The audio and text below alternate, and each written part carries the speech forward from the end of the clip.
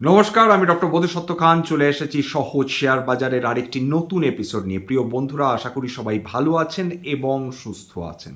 কিন্তু মার্কেট আজকে তার প্রকৃত রূপ দেখিয়ে দিল, অর্থাৎ যে অঘটনের আশঙ্কা ভারতীয় শেয়ার বাজার করছিল সেটাই বাস্তবে আজকের ঘটল। এবং সেটা কি, যার ফলে ভারতের এক্সপোর্ট কোম্পানিজগুলো বিশেষভাবে ক্ষতিগ্রস্ত হবে এবং কোন কোন এক্সপোর্ট আমরা আমেরিকাতে করে থাকি, পার্টিকুলারলি যে সেক্টরগুলো প্রধানত আমেরিকাতে এক্সপোর্ট করে থাকে, তার আজকে রিপার্কেশনস কি হলো সেই ধরনের সেই এক্সপোর্ট ওরিয়েন্টেড কোম্পানিজগুলো এবং সেই সেক্টরের অন্তর্গত কোন কোন কোম্পানিতে কীরকম অবস্থা দাঁড়ালো সেটা নিয়েও একটা সার্বিকভাবে আমরা আলোচনা করব। কিন্তু এইটা বোঝা যাচ্ছে যে ভারতীয় শেয়ার বাজারের মেজাজ বিগড়ে গিয়েছে, খারাপ হয়ে গিয়েছে। তার কারণ একটি জিনিস ভীষণ স্পষ্ট হয়ে গেছে, আর যাই হোক না কেন ডোনাল্ড ট্রাম্প মোটেই চাইছেন না ভারত আমেরিকার মধ্যে কোনো বাণিজ্য চুক্তি হোক।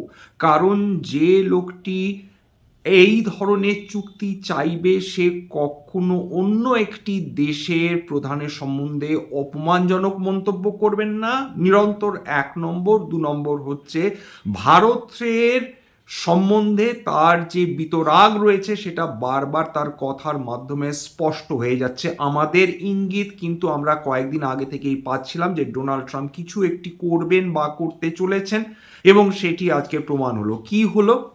প্রথম কথা, আমেরিকার প্রেসিডেন্ট যদি কোনো দেশে গিয়ে আক্রমণ চালান, সেই দেশের সম্পদ লুণ্ঠন করেন, বা সেই দেশ থেকে কোনো কারেন্ট রানিং প্রেসিডেন্টকে তুলে নিয়ে আসেন, সেটা অপরাধ হিসাবে গণ্য হয় না। 2 নম্বর, আইসল্যান্ডের আশেপাশে, যেটা আমেরিকা থেকে কয়েক হাজার মাইল দূরে, সেরকম সমুদ্রে যদি রাশিয়ান কোনো খালি ট্যাঙ্কারকে আমেরিকানসরা কবজা করে, সেটা ইন্টারন্যাশনাল লজ মেনটেন না করলেও চলে। একমাত্র গোটা বিশ্বজুড়ে যে আইনের স্বীকৃতি পাওয়ার অধিকার রয়েছে সেটা আমেরিকান ল। বাকি কোনো ধরনের কিন্তু লয়ের কোনো স্যাংটিটি নেই, অন্তত এই আমেরিকানদের কাছে। এইটা আপনারা স্পষ্টত জেনে নিন। 3 নম্বর, ইউনাইটেড নেশনস একটি ডিফাঙ্ক্ট একটা সংস্থা। এই মুহূর্তে বললে অত্যুক্তি হয় না, কারণ ইউনাইটেড নেশনসে প্রত্যেকটি দেশে দেশপ্রধান গিয়ে কথা বলবেন, কিন্তু আদপে সেটা মোটে ধোপে টিকবে না। তার কারণ ভেটো বলে একটি অত্যন্ত জঘন্য একটি নিয়ম রয়েছে, যার ফলে কেবলমাত্র পাঁচটি দেশ এই ধরনের ভেটো প্রয়োগ করতে পারে। অর্থাৎ কোনো বড় সিদ্ধান্ত যদি ইউনাইটেড নেশনস নিতে চান, সেক্ষেত্রে যদি এই 5টি দেশ, অর্থাৎ তার মধ্যে আমেরিকা, চায়না, রাশিয়া রয়েছে এবং আমেরিকা তো অবশ্যই রয়েছে, এরা যদি সিদ্ধান্ত নেয় যে কোনো সিদ্ধান্ত তাদের মনের মতন হচ্ছে না, সেক্ষেত্রে তারা ভেটো প্রয়োগ করে সেই পরিকল্পনা ভেস্তে দিতে পারে। এবং বিগত 1947-এর বা দ্বিতীয় বিশ্বযুদ্ধের পর কিন্তু এই ঘটনাই আমরা ক্রমাগত দেখে চলেছি। এই মুহূর্তে একটা জিনিস নিশ্চিন্ত থাকুন, ডোনাল্ড ট্রাম্প এবং তার আমেরিকার দোসর বা সহযোগীরা যেটা করেছেন, তার একটি বিল পাস করেছেন, যেটা হচ্ছে রাশিয়ার ওপর মানে নিষেধাজ্ঞা জনিত একটি বিল বা নিষেধাজ্ঞা রিলেটেড বিল, একটা না সেভেল, অর্থাৎ রাশিয়া স্যাংশন বিল বলে তারা একটি বিল পাস করেছে। তার মর্ম কি? তার মর্ম একটাই, যে আমেরিকা হচ্ছে দাদা গোটা বিশ্বের, তারা যেটা বলবে সেটাই নিয়ম, যে তারা যেটা বলবে যেটা বলবে যে অন্যায় সেটাই অন্যায়। সুতরাং এই ক্ষেত্রে রাশিয়ান স্যাংশন বিল পাস করানোর অর্থ আমেরিকার প্রেসিডেন্ট হাতে নিরঙ্কুশ ক্ষমতা দিয়ে তুলে দিল আমেরিকান কংগ্রেস। 1 নম্বর, অর্থাৎ আমেরিকান প্রেসিডেন্ট যা ইচ্ছে গোটা বিশ্ব জুড়ে করতে পারেন। 2 নম্বর। 3 নম্বর, এই বিলের ফলে বলে অধিকারী হয়ে ডোনাল্ড ট্রাম্প বিভিন্ন দেশ, এখানে বকলমে পড়ুন চায়না, ভারতবর্ষ এবং ব্রাজিল। চায়নাকে কিচ্ছুটি করার ক্ষমতা আমেরিকার নেই, ডোনাল্ড ট্রাম্পের তো নেই। সুতরাং একমাত্র 2টি দেশ যারা সফট টার্গেট হিসেবে পরিগণিত হবে এবং তাদেরকে কঠোর থেকে কঠোরতম অত্যাচার চালাবেন হচ্ছে আমেরিকানসরা ডোনাল্ড ট্রাম্পের মাধ্যমে। সুতরাং এই দুটি দেশ, একটি হচ্ছে ব্রাজিল এবং অবশ্যই আরেকটি আমাদের ভারতবর্ষ। নিশ্চিন্ত থাকুন, সামনে 2 বছর আমাদের জন্য অত্যন্ত কঠিন হতে চলেছে, এ ব্যাপারে কোনো সন্দেহ নেই। কারণ এরকম একজন মেগালোম্যানিয়াক, একজন ইগোয়েস্টিক, মানে মানে এরকম একটা ব্যক্তিত্ব, এবং মানসিকভাবে বলা যেতে পারে যথেষ্ট তার বয়স হয়েছে, তিনি সিদ্ধান্ত যেগুলো নিচ্ছেন আদেও তিনি চিন্তা ভাবনা করে নিচ্ছেন কিনা সে ব্যাপারেও কিন্তু আমাদের চিন্তা ভাবনা করা উচিত, আমাদের বোঝাও উচিত। মানে উনি সুস্থ হোক মানসিকভাবে, এটাই আমরা কামনা করব, মানে মানসিকভাবে সুস্থ হয়ে উঠুন, যাই হোক সেটা পরের ব্যাপার। এইবার যেটা দাঁড়াচ্ছে যে এই বিলের ফলে আমেরিকার প্রেসিডেন্ট 500% অবধি বিভিন্ন দেশের ওপর বা বিভিন্ন সংস্থার ওপর তিনি শুল্ক বসাতে পারেন, অতিরিক্ত শুল্ক বসাতে পারেন। 500% বাদ দিন, 100% হলেই কোনো ট্রেড ভায়াবল থাকবে না। ভারতবর্ষের উপর অলরেডি 60% টারিফ, মানে 50% টারিফ বসিয়ে ডোনাল্ড ট্রাম্প অলরেডি তিনি প্রমাণ করে দিয়েছেন তিনি ভারতের সঙ্গে খুব একটা যে বাণিজ্যিক চুক্তি করতে আগ্রহী এমনটি নয়। এবং 500% দূরের কথা, 100% যদি কোনো পণ্যের ওপর ট্যারিফ বসানো হয়, আপনাদের কি মনে হয় সেক্ষেত্রে সেই ট্রেড আদৌ ভায়াবল থাকবে? যারা কিনছে তারাই টাকা বহন করবে, এই ধরনের ট্যাক্স বহন করবে, না যারা বিক্রি করছে তারা এই ধরনের ট্যাক্স বহন করবে? যদি ধরেও নিই, যদি এই পক্ষ যারা বিক্রি করছে অর্থাৎ এক্সপোর্ট যারা করছে তারা কিছুটা এই ধরনের কর বহন করলো বা করের অত্যাচার বহন করলো, ধরে নিই যারা কিনছে তারা একটু অত্যাচার বহন করলো, জিনিসপত্রের দাম, সেই জিনিসপত্রের দাম তো আকাশ ফুঁড়ে বৃদ্ধি পাবে। চায়নাকে কিচ্ছু বলার নেই, কারণ চায়নাকে $12 বিলিয়ন সয়াবিন বিক্রি করে থাকে আমেরিকা। মানে চীন যদি সম্পূর্ণভাবে অস্বীকার করে, বিগত কয়েক মাস ধরে তারা সেটাই করছে যে তারা $12 বিলিয়ন সয়াবিন কিনবে না, আমেরিকা যাবে কোথায়? বিগত কয়েক মাস ধরে ভারতবর্ষ আপ্রাণ চেষ্টা করে গিয়েছে, আপ্রাণ, যে যাতে আমেরিকাকে কিছু ট্রেড কনসেশনস দেওয়া সম্ভব। সেক্ষেত্রে আমেরিকার যেটা দাবি সেটা মানা লিটারালি অসম্ভব। জেনেটিক্যালি মডিফাইড ক্রপ, সেই শস্য, তার মধ্যে সয়াবিন রয়েছে, তার মধ্যে ভুট্টা রয়েছে, যদি ভারতবর্ষে ঢোকে আমাদের ভারতবর্ষের চাষিদের সর্বনাশ হতে কিছু বাকি থাকবে না, এইটুকুনি নিশ্চিন্ত হয়ে যান। সুতরাং জেনেটিক্যালি মডিফাইড ক্রপ আমেরিকা তারা কোমর বেঁধে লেগে পড়েছে যে করে ভারতবর্ষে ঢোকাতে হবে। 2 নম্বর, আমেরিকার যেটা বকলমের ডিমান্ড যে রাশিয়ান তেল কেনা বন্ধ করে আমেরিকার কাছ থেকে কেনা শুরু করা হোক, এবং প্রায় সমস্তটাই আমেরিকার কাছ থেকেই ভারতবর্ষ তেল কিনুক, এটাই তাদের মনোগত ইচ্ছা।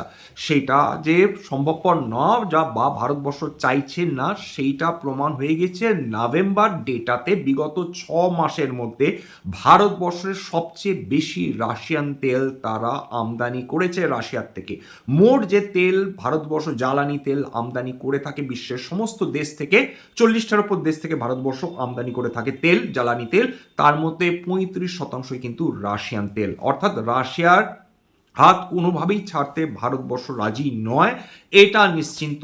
এবং সেটা এখন কোন জায়গায় এই ধরনের সংঘর্ষ সেটা যেতে পারে আমরা কেউ এখনো জানি না, কিন্তু প্রভূত ক্ষতির মুখে কিন্তু আমাদের এক্সপোর্ট কোম্পানিজগুলো পড়তে পারে, এ ব্যাপারেও কোনো সন্দেহ নেই। যদি 100% ট্যারিফ বসে, 500% অব্দি যাওয়ার প্রয়োজন নেই, 100% গেলেই কিন্তু আমাদের যে লিটারালি সমস্ত এক্সপোর্ট কোম্পানিজগুলো তারা সমস্ত এক্সপোর্ট বন্ধ করে দিতে বাধ্য হবেন, এইটুকুনি লিখে রাখুন। এর ফলে আজকের এক্সপোর্ট কোম্পানিজগুলোর তীব্র খারাপ অবস্থা হয়েছে। 1 নম্বর, সেটা আপনারা দেখতেই পাচ্ছেন আপনাদের স্ক্রিনে। এক্সপোর্ট বলতে আমরা মেজরিটি কি এক্সপোর্ট করে থাকি? টেক্সটাইলস, সমস্ত গহনা, ডায়মন্ডস, এছাড়া ইলেকট্রনিক গুডস, সেটা আমরা আমেরিকাতে এক্সপোর্ট করে থাকি। পেট্রোলিয়াম, ঠিকই শুনেছেন, শোধন করা পেট্রোলিয়াম প্রোডাক্টস আমরা আমেরিকাতে সেগুলো এক্সপোর্ট করে থাকি। এর ফলে এছাড়া স্টিল এবং অ্যালুমিনিয়াম ও অটো কম্পোনেন্টস, ডিফেন্স ইকুইপমেন্টস, মাথায় রাখবেন ডিফেন্স ইকুইপমেন্টসও আমরা সমস্ত আমেরিকাতে এক্সপোর্ট করে থাকি। এই সমস্ত স্টকগুলো, মানে যদি সামুদ্রিক খাদ্য বলেন সেটাও আমরা এক্সপোর্ট করে থাকি। এই সমস্ত এক্সপোর্ট ওরিয়েন্টেড যে কোম্পানিজগুলো রয়েছে, যারা আমেরিকাতে স্টিল বিক্রি করে, আমেরিকাতে অ্যালুমিনিয়াম প্রোডাক্টস বিক্রি করে, যারা সামুদ্রিক খাদ্য যেমন চিংড়ি মাছ বিক্রি করে, যারা টেক্সটাইলস জামা কাপড় বিক্রি করে, হোটেলের চাদর বা বেড কভার বা পিলো কভার তারা বিক্রি করে, সমস্ত স্টকে আজকের 4 থেকে 10% মধ্যে পতন এসেছে এবং ভারতীয় বাজার আতঙ্কিত হয়ে রয়েছে। এ ব্যাপারে কোনো সন্দেহ নেই, আতঙ্কটা অজানার আতঙ্ক। কি হতে পারে যদি আমাদের এক্সপোর্ট বন্ধ হয়ে যায়? আমরা নিঃসন্দেহে ক্ষতিগ্রস্ত হব, কিন্তু আমরা মারা যাব না, এটাও নিশ্চিন্ত থাকুন। তার কারণ যখন অটল বিহারী বাজপেয়ীজির আমলে যখন ভারতবর্ষ তারা ঘোষণা করেছিল যে আমাদের হাতে হাইড্রোজেন বোমা রয়েছে, সেটা হেডলাইন হয়েছিল। তারপর আমেরিকা যে কত ধরনের স্যাংশন আমাদের ওপর বসিয়েছিল সেটা আপনারা কল্পনা অবধি করতে পারবেন না। বিশেষত ইউরোপীয় দেশগুলো তাদের যেন জিঘিংসা বৃদ্ধি পেয়ে গিয়েছিল, এটা বলা যেতে পারে, এবং তারা যত সম্ভব স্যাংশনস ভারতবর্ষের ওপর বসিয়েছিল। ভারতবর্ষ কিন্তু মারা যায়নি, এইটুকুনি নিশ্চিন্ত থাকুন। এইবার চলে আসি যে আজকের দিনে যেটা সবচেয়ে বেশি ক্ষতিগ্রস্ত হচ্ছে মেটালস, তেল এবং অয়েল অ্যান্ড গ্যাস, যেটাকে বলা যেতে পারে। এই দুটো সেক্টর সবচেয়ে বেশি। মেটালস নিয়ে কিছু বলার নেই, নিরন্তর বৃদ্ধি পেয়ে গেছে বিগত 1 বছর ধরে। জানুয়ারির প্রথম কয়েকটা দিন ধরে আজকে সিলভারের যদি 1 কিলো সিলভার দেখেন, সেটা স্পট প্রাইসের কথা বলছি, প্রায় 10,000 টাকার বেশি পতন হয়েছে প্রতি কিলোতে। সোনাও মোটামুটি 1,000 টাকার মতন পতন হয়েছে, সেটা বিশেষ কিছু না। এবং কপার একসময় পতন দেখেছিল, কিছুটা রিকাভার করেছে, কিন্তু আজকে সমস্ত মেটাল কোম্পানিজগুলোতে ধরে ধরে পতন হয়েছে, এইটুকুনে বলে নেওয়া দরকার। শুধু মেটালস কেন, সমস্ত সেক্টরগুলো একটু আলোচনা করে নেওয়া যাক। Mid market, Nifty Sensex, Nifty তো প্রায় 200 পয়েন্টের উপর পতন নিয়ে ট্রেড করছিল, সেন্সেক্স প্রায় 600 পয়েন্টের উপর পতন নিয়ে ট্রেড করছিল। এবার নিফটি আইটি প্রায় 2% কাছাকাছি পতন নিয়ে ট্রেড করছে। কিছু করার নেই, কারণ সবাই আতঙ্কিত এইবার ডোনাল্ড ট্রাম্প কি করেন। এতদিন তো পণ্যে ম্যানুফ্যাকচারিং সার্ভিসেসগুলো, ম্যানুফ্যাকচার্ড যে পণ্যগুলো তার ওপর তিনি এই ধরনের শুল্ক বসাচ্ছিলেন। এবার যদি সার্ভিসেস সেক্টরে যদি তিনি পণ্য বসান, তাহলে তো আমাদের আইটি কোম্পানিগুলো মারাত্মক ক্ষতিগ্রস্ত হবে বললে কম বলা হয়। মিড ক্যাপ আজকে কত পতন হয়েছে? প্রায় 1.6%। স্মল ক্যাপ কত পতন ঘটেছে? প্রায় 1.55%। বেসিক ক্যাপিটাল গুডস 1.3% নিয়ে পতন নিয়ে ট্রেড করছিল। হেলথ কেয়ার 1%-এর উপর পতন। বিএসসি মেটালস প্রায় 3%-এর কাছাকাছি পতন নিয়ে ট্রেড করছিল। এইবার চলে আসি যে সেক্টরগুলো মূলত এক্সপোর্ট করে থাকে, এনার্জি অ্যান্ড এবং পেট্রোকেমিক্যালস, যেটা আমেরিকাতে এক্সপোর্ট করা হয়, সেই কোম্পানিগুলো খুব স্বাভাবিকভাবে ক্ষতিগ্রস্ত। আইটি সার্ভিসেস যারা আমেরিকাতে, এর মধ্যে ডেফিনেটলি নাম জানেন, কোনো কিন্তু বাই সেল রিকমেন্ডেশন সাজেশন না, জাস্ট বলছি যে আমেরিকাতে কারা কাজ করে, আমেরিকাতে কারা আইটি সার্ভিস প্রোভাইড করে। বড় বড় কোম্পানি টিসিএস, উইপ্রো, ইনফোসিস, এরা মূলত সার্ভিস ফোকাসড কোম্পানি, এরা কিন্তু সার্ভিসেস এক্সপোর্ট করে। ফার্মাসিউটিক্যালসের মধ্যে রয়েছে Sun Pharma, doctor Reddy's lab প্রভৃতি। অটোমোবাইলস কম্পোনেন্টসের মধ্যে মহিন্দ্রা, ভারত ফর্জ, টাটা মোটরস এরা রয়েছে। মেটালস ইঞ্জিনিয়ারিং এর মধ্যে রয়েছে JSW steel, Hindalco, Larsen and টুরবো, মেশিনারি প্রোভাইড করে মূলত। ফুড এগ্রিকালচারের ক্ষেত্রে এর মধ্যে ডেফিনেটলি আদানি উইলমার, অবশ্য আদানি উইলমারের মধ্যে আদানি এখন সরে গিয়েছে ইনফ্যাক্ট সেইটা। তাছাড়া যদি সামুদ্রিক খাদ্য বলেন, সেখানে কিন্তু অবন্তী ফিডস রয়েছে, আজকে প্রায় 10%-এর কাছাকাছি পতন। টেক্সটাইলের মধ্যে আজকে গোকুলদাস এক্সপোর্টসের অবস্থা দেখুন, নাগরিকা এক্সপোর্টস, এরা প্রত্যেকে, কেপিআর মেলস, এরা প্রত্যেকে কিন্তু বড় পতন দেখেছে। তার মানে যে সেক্টরগুলো আমেরিকাতে এক্সপোর্ট করে তাদের কিন্তু ওপর আজকের, বিশেষ করে আজকের দিনের ট্রেডিংয়ে সবচেয়ে বেশি প্রেশার এসছে। মেটাল সেক্টর কারেকশন এসছে, কারণ মেটালস বিশেষ করে যেগুলো কমোডিটি মধ্যে অন্তর্গত, যে বেস মেটালসগুলো বলুন বা সেমি প্রেশাস মেটালসগুলো বলুন, সেখানে কিন্তু আজকে সিভিয়ার পতন হয়েছে। তার ফলে সমস্ত মেটাল স্টকসে পতন এসছে। বেদান্ত প্রায় 3%, ওয়েলস্পান কর প্রায় 2.5%, টাটা স্টিল প্রায় 1.5%, সেল 2%, এনএমডিসি প্রায় 5%, ন্যালকো প্রায় 5%।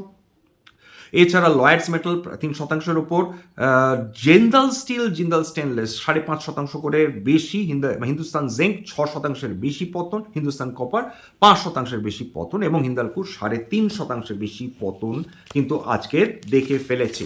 এছাড়া অয়েল অ্যান্ড গ্যাস দেখুন, অয়েল অ্যান্ড গ্যাস যেগুলো বলে মহারথী যাকে বলা হয়, সেই মহারথী একের পর এক কোম্পানি তারা আজকে পতন দেখেছে। রিলায়েন্স 2%-এর ওপর ডাউন, পেট্রোনেট এলএনজি 3%-এর ওপর পতন, অয়েল ইন্ডিয়া প্রায় 2.5%, ওএনজিসি 3%-এর ওপর পতন, আইওসি প্রায় 3.5%, হিন্দুস্তান পেট্রোলিয়াম প্রায় 5%, gas authority of India limited প্রায় 3%, বিপিসিএল 3.5%-এর ওপর আজকের পতন নিয়ে মিড মার্কেটে কিন্তু আজকে ট্রেড করছিল।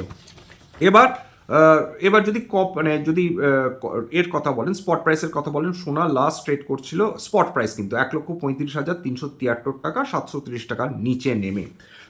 এটা হচ্ছে 24 ক্যারেট, এটা এমসিএক্স থেকে আমি এই ডেটাটা নিয়েছি। রুপো ট্রেড করছিল 2,36,169 টাকা, এটা 10,121 টাকার নিচে নেমে ট্রেড করছিল, এটাও কিন্তু স্পট প্রাইস এমসিএক্স থেকে নেওয়া।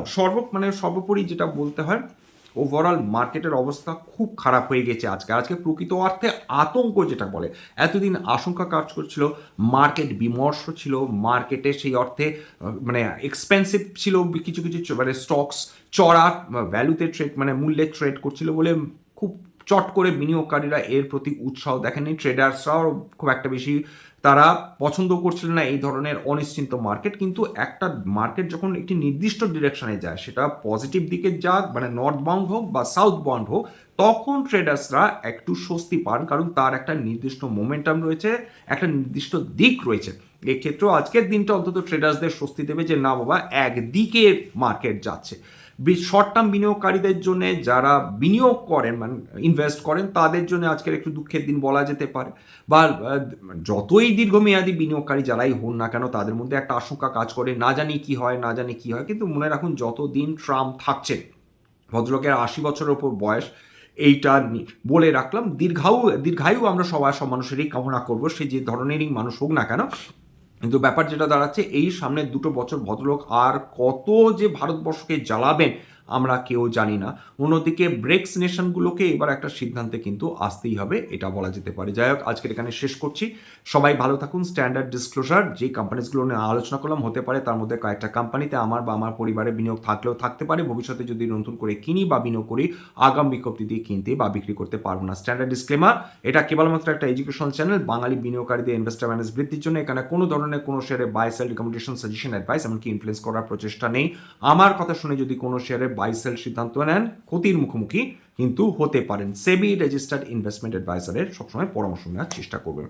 সবার শেষে যেটা বলি, যদি এই ধরনের এপিসোড আপনাদের ভালো লাগে, প্লিজ একটা লাইক দেবেন, প্লিজ সাবস্ক্রাইব করবেন, এবং যে সত্যি মনে হয় আমার বাঙালি ভাই বোনদের জীবনে একটুখানি ভ্যালু অ্যাড করতে পেরেছি, প্লিজ নিজের গ্রুপে শেয়ার করে দেওয়ার চেষ্টা করবেন। নমস্কার।